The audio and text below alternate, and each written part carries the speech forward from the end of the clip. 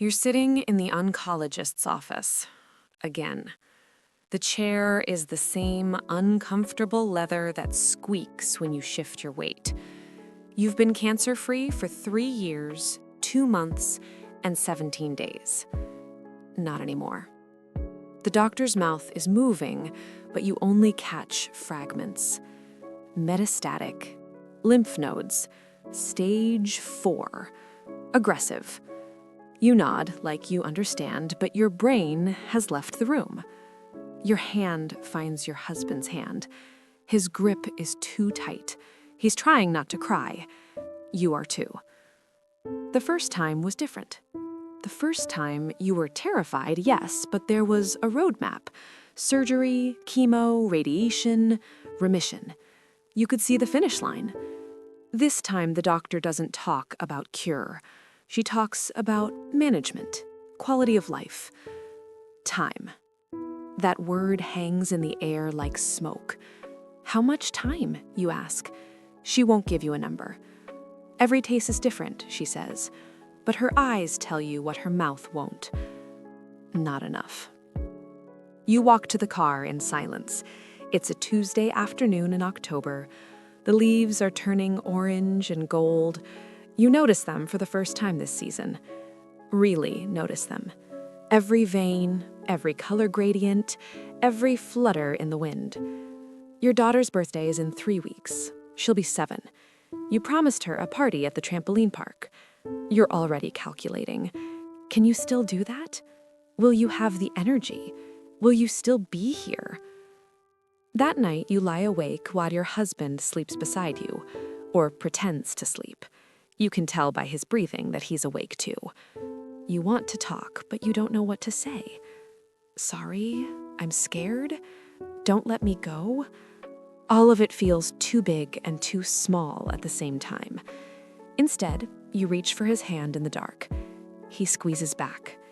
That's enough for now. The treatment plan is aggressive. A new chemotherapy cocktail, immunotherapy, targeted radiation. Your oncologist uses words like buy time and slow progression. You hate those phrases. They make you sound like a sinking ship, taking on water, bailing as fast as you can, but knowing the end is inevitable. But you sign the consent forms anyway. You show up for the first infusion on a gray Monday morning. The IV goes into the port in your chest, the same port you thought you'd gotten removed forever. Chemo is worse the second time, maybe because you know what's coming. The metallic taste arrives within hours, then the nausea, rolling and relentless. The fatigue that makes your bones feel like wet sand. You lose your hair again, faster this time. It comes out in clumps in the shower. You shaved it off after the first round of treatment last time, took control of the narrative. This time, you just let it fall. You wear the same scarves, the same hats. Your daughter doesn't remember you with hair. She says you look like Mom either way. 3 weeks pass. The trampoline party happens. You sit in a plastic chair along the wall, watching your daughter bounce and shriek with joy. You manage to bake the cake yourself. Chocolate with vanilla frosting and rainbow sprinkles. It took you 4 hours and 3 rest breaks, but you did it.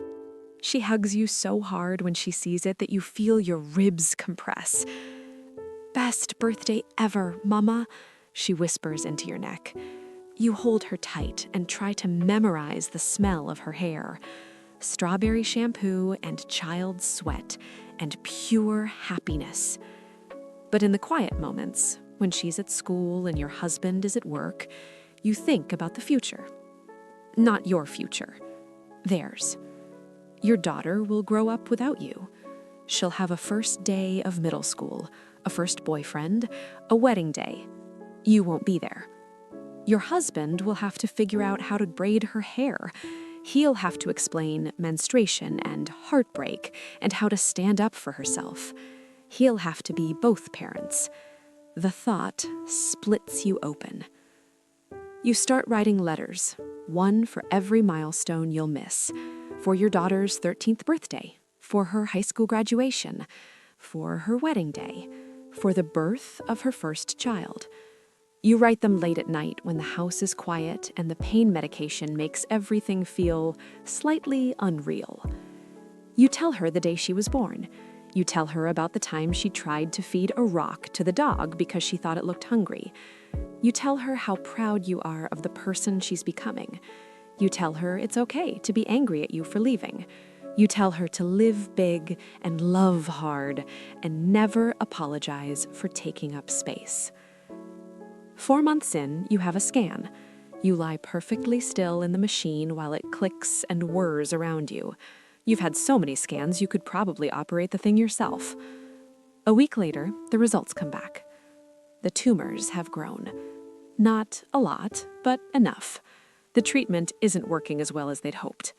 Your oncologist wants to try a different protocol, more aggressive, harder on your body. "We can switch to palliative care if you prefer," she says gently. "Focus on comfort instead of treatment." You're not ready for that. Not yet. This is when you decide. You need one more holiday, one last big memory with your family before your body gives up entirely.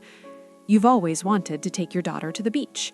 Real beach, not the lake you grew up swimming in, but an ocean with waves and salt and endless horizon.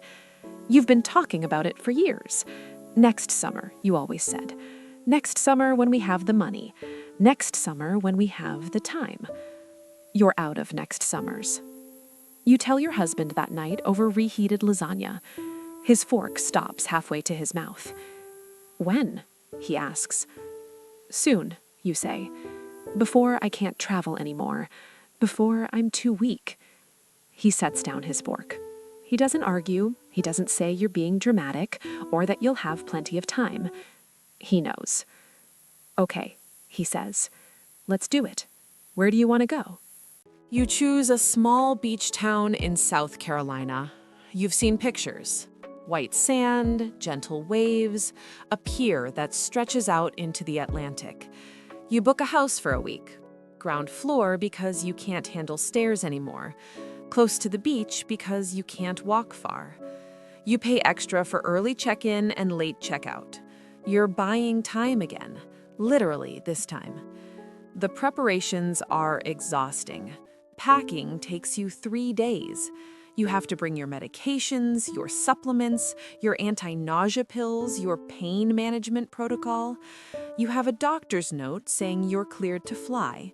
You have travel insurance that costs more than the plane tickets because of your pre-existing condition.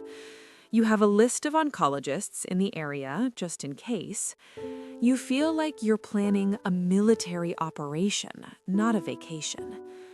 Your daughter is vibrating with excitement. She's never been on a plane. She's never seen an ocean.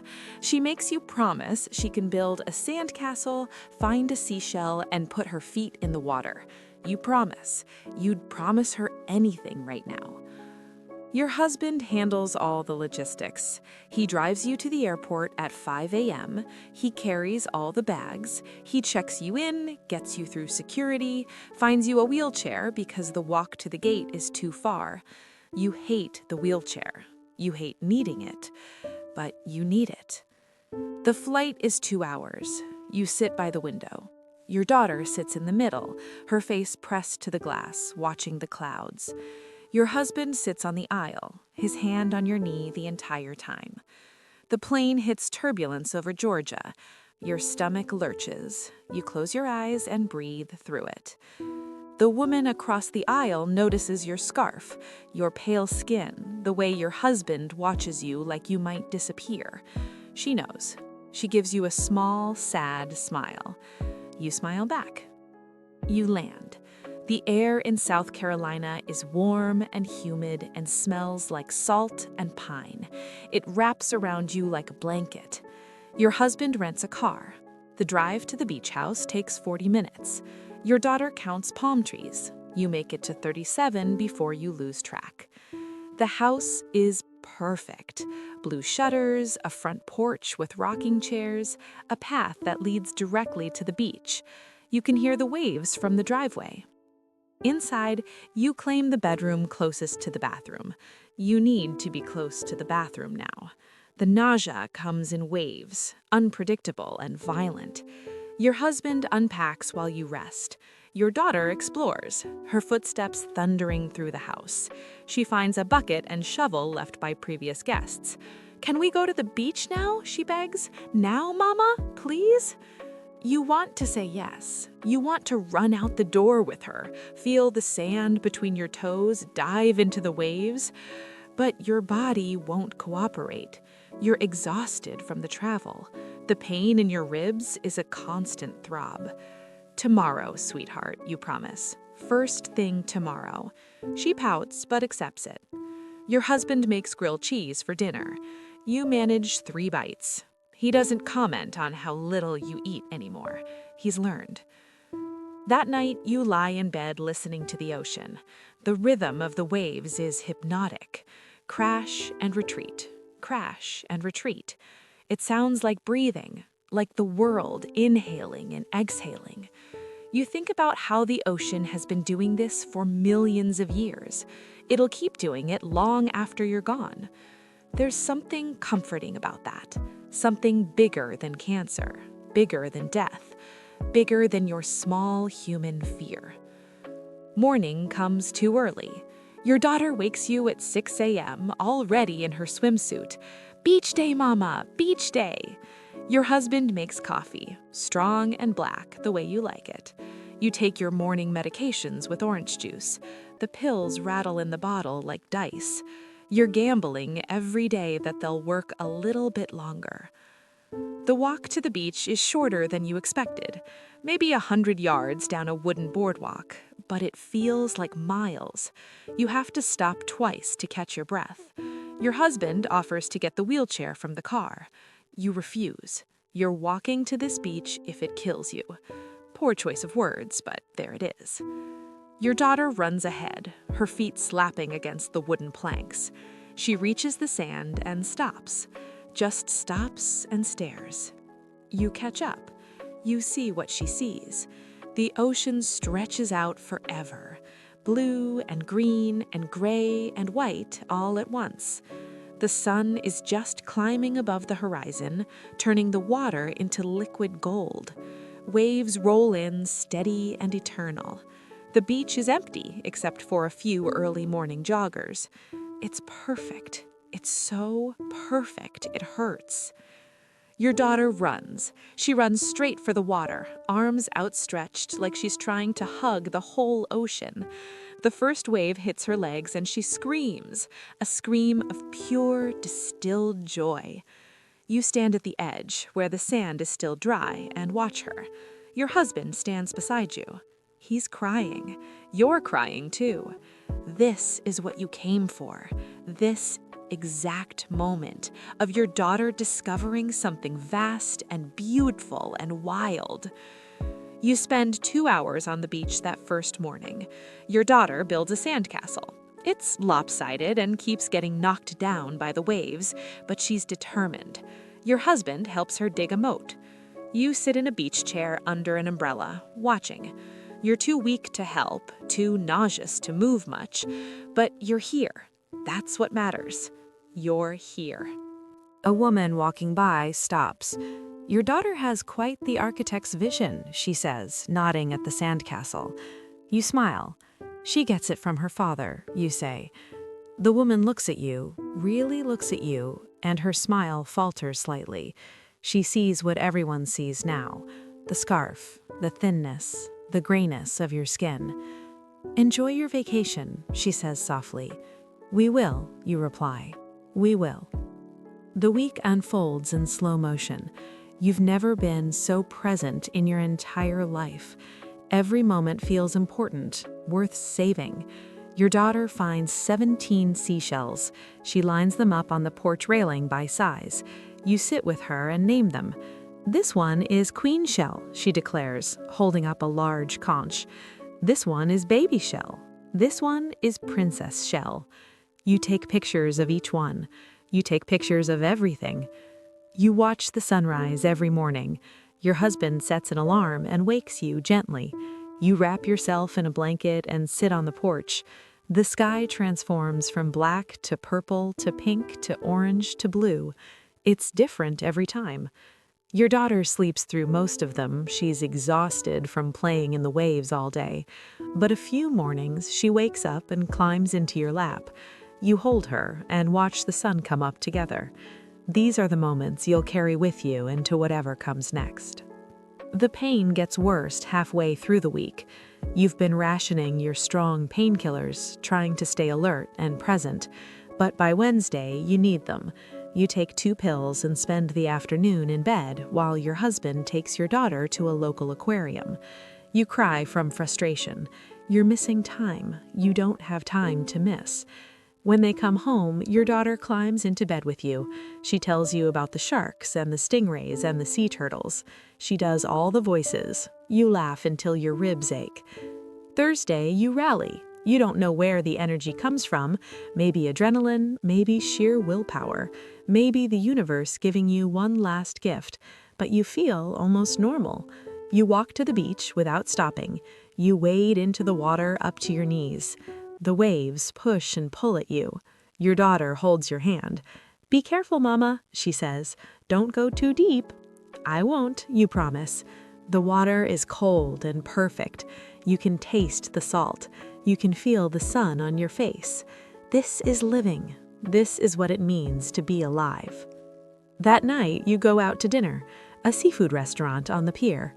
You order shrimp and grits, even though you know you probably can't finish it. Your daughter orders chicken fingers. Your husband orders crab legs. You eat slowly, savoring every bite. The restaurant has paper tablecloths and crayons. Your daughter draws the ocean. She draws your family as stick figures holding hands on a beach. She draws the sun as a giant yellow circle with rays shooting out in every direction. Your husband asks if he can keep it. She nods and goes back to drawing. After dinner, you walk out on the pier. It's sunset. The sky is on fire, red and orange and purple and gold. Pelicans dive for fish. The water below is dark and mysterious. Your daughter runs ahead, looking down through the cracks in the boards. Your husband wraps his arm around your waist. You're so light now that he can almost support your full weight. "How are you feeling?" he asks. "Tired," you admit, "but happy." He kisses your temple. "I love you," he says. "I love you so much." "I know," you say. "I love you too." Friday is harder. You can feel your body giving up. The pain is constant now, a living thing that wraps around your bones. You take more medication than you should. You sleep until noon. When you wake, your daughter is sitting beside the bed, coloring quietly. She looks up when you open your eyes. "Hi, Mama," she says. "We're having a quiet day. Dottie said you need to rest." She's trying so hard to be good, to be easy, to not be a burden. It breaks your heart. You force yourself up. You're not spending your last full day in bed. You go to the beach one more time. Your husband practically carries you. You sit in the chair and watch your daughter play. She's browner now, freckled from the sun. She looks so healthy and alive and full of future. You wish you could bottle this, take it with you. Proof that you were here, that you were her mother, that you loved her with everything you had. That night, you tell her, not everything, she's too young for everything, but something. You're sitting on the porch. Your husband is inside, giving you space. The stars are out, more stars than you've ever seen. You can see the Milky Way, a river of light across the sky. "Sweetheart," you say, pulling her close, "I need to tell you something important." She looks up at you with those big brown eyes. "What, Mama?" You take a breath. "You know how Mommy has been sick?" She nods. "Well, the sickness is back, and this time the doctors can't fix it." She's quiet for a moment. "Will you die?" she asks. Her voice is so small. "Eventually, yes," you say. "I will. But not today, not tomorrow. I'm here right now." She processes this in the way children do, fast and simple and devastating. "Will it hurt?" she asks. "Maybe a little," you say. "But Daddy will take care of me, and we'll make sure you're okay." She leans against you. "I don't want you to die," she whispers. "I know, baby," you say. "I don't want to either, but some things we can't change." She cries. You cry. You hold each other under the stars and mourn the future you won't have together. But then she says something that surprises you. "This was the best week ever, Mama. Thank you for taking me to the beach." You hold her tighter. "Thank you for coming with me," you say. "You're the best thing I ever made." She giggles at that. "I'm not a thing," she says. "I'm a person." "You're right," you say. "You're the best person I ever made." Saturday, you pack. Slowly, carefully. You fold the clothes that still smell like sunscreen and salt air. Your daughter packs her seashells in a shoebox. She writes "best shells ever" on the lid in crayon. Your husband loads the car. The house feels smaller now, like it's already forgetting you were here. You take one last walk to the beach. Just you this time. Your husband offers to come. You tell him no. You need to do this alone. The sand is warm under your feet. The ocean is gray today, choppy and angry looking. Storm coming in, probably. You stand at the edge and let the waves wash over your feet. You think about everything: the diagnosis, the treatments, the fear, the pain, the love. God, the love. You've been so loved. By your husband, by your daughter, by your parents, by your friends. You've been loved so much it aches worse than the cancer. You want to scream at the ocean. You want to rage at the unfairness of it all. You're only 34. You should have decades left. You should see your daughter graduate, get married, have children of her own. You should grow old with your husband, get gray hair and wrinkles and age spots. You should have time. But you don't. And screaming won't change that. So instead, you breathe, in and out, like the waves. You let the grief wash over you and then retreat. You let yourself feel everything: the fear, the anger, the sorrow, the gratitude. You let yourself be human and messy and imperfect. And then you turn around and walk back to your family. The flight home is quiet. Your daughter falls asleep before takeoff, exhausted from a week of sun and waves. Your husband holds your hand. You look out the window as the coastline disappears below you. The ocean looks so small from up here, so manageable. But you know the truth. The ocean is vast and powerful and completely indifferent to your small human drama. Life goes on. The waves keep crashing. The sun keeps rising, with you or without you. You land. You drive home. You unpack. You put the seashells on your daughter's shelf. You hang the picture she drew at the restaurant on the refrigerator. You wash the sandy clothes and put them away. You slop back into regular life. Doctor's appointments, medications, nausea, fatigue, pain. But something has changed. You're not fighting anymore. Not in the desperate, clawing way you were before. You're accepting.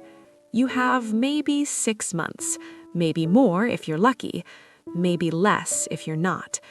You'll take every day you get. You'll be present for every breakfast, every bedtime story, every ordinary Tuesday. You'll love your family as hard as you can, for as long as you can. And when the end comes, and it will come, you'll face it knowing you didn't waste the time you had. One night, a few weeks after you get back, your daughter crawls into bed with you. "Can we go to the beach again next year?" she asks. "Maybe," you say, even though you both know you won't be here next year. "But we had a good time this year, didn't we?" "The best," she says. She falls asleep in your arms. You hold her and listen to her breathe, in and out, like the waves, like the world, alive and real and here, right now, in this moment. And for now, that's enough. That has to be enough.